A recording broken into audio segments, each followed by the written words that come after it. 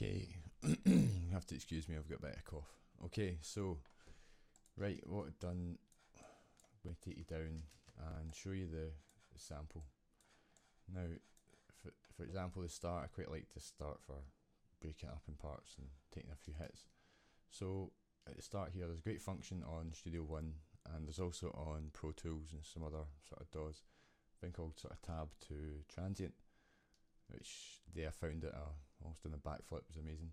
Saves a lot of time when you're messing about with stuff. So basically at the start here we've got,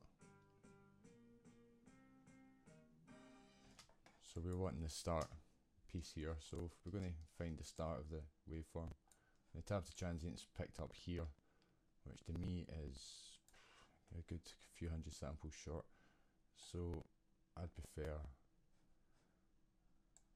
here, because it's just bringing the high up. You want to kind of, depends how you cut your samples. I cut mine always on a low sort of peak where both waveforms, the left and right, are sitting in zero. So if you cut here, I'd actually, you might not be able to see this white line which is coming up and down and showing you the playback position on the sequencer, so forgive me. But if you can't, then where my knife is here, this is sort of where I cut. If you cut somewhere in here, you're going to get a wee snip, a wee clip at the start, but regardless of if you get that absolutely bang on, you're still going to get some clips, which I'll show you how we'd sort of fix anyway. But anyway, that would be my starting point of the sample, so I'd get rid of this. Oops, I've totally cut out the wrong piece anyway, so let me just find that again. Okay, sorry, I would go here, get rid of this piece here. So anyway, as I showed you at the start, I've taken mine to 89 BPM for my basis starting of the track. So running there, that's at the very starting point. I brought it back to the start of the grid, bar 1, so I know bang on that's running. So this part here is where the ends, it's sort of a 2-bar loop. If we tab in, let's see, very start again, that's looking quite good actually. I'll take it right here, so we know exactly that loop there. I'll just move that aside.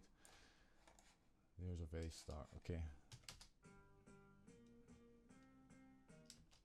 It's just slightly slower than the tempo we've got here. I've got 89. You can see sort of 1 bar, sorry, not 2 bars, 1 bar. Ends here at the 2. We've got an overlap. So in Studio One, what you can do, you can time stretch that in and hope that that'll cut in. And if that's sitting on its own, it's totally fine, although it's not too good, as you can see here, because the first starting point is missing. Just this small point here is going to make a big impact on the rest of the sample. So what we'll do for education purposes, we'll cut that there, bring it back, and then let's pull that back in. So there's that cut, right? So we've got this first loop here, so we'll play this. Although we don't want the vocal, we're just going to get a loop and then take parts. So we know that's point there. So, for example, we bring that back to 4, put that on a loop.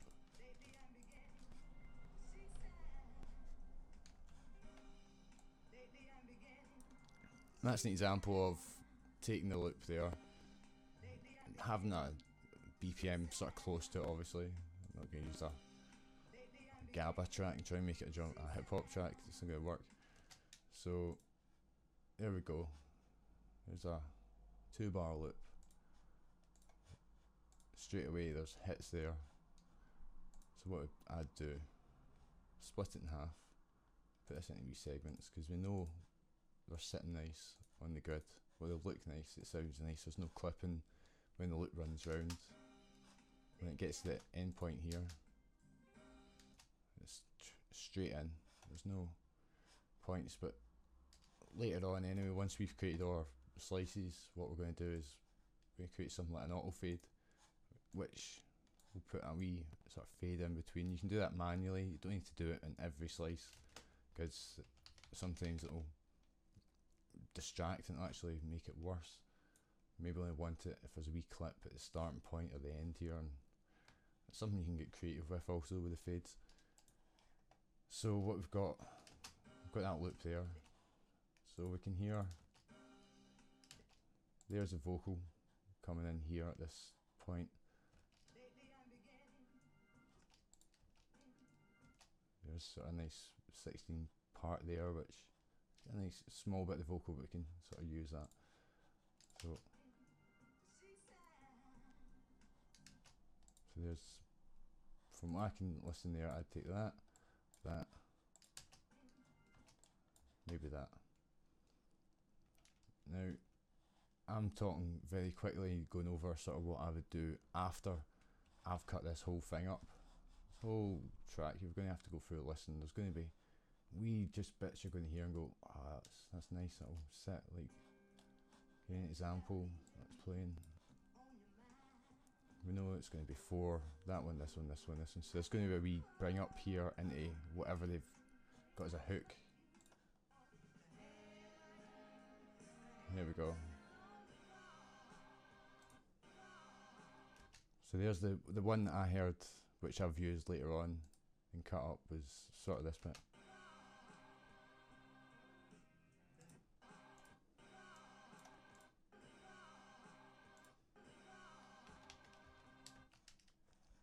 So I went through, found that, and done similar to what I've done here. I've sort of went, right, okay, I want those points there. So out of those 3 slices, we could create at least a 1 bar loop and sort of have it playing. So for example, get rid of that.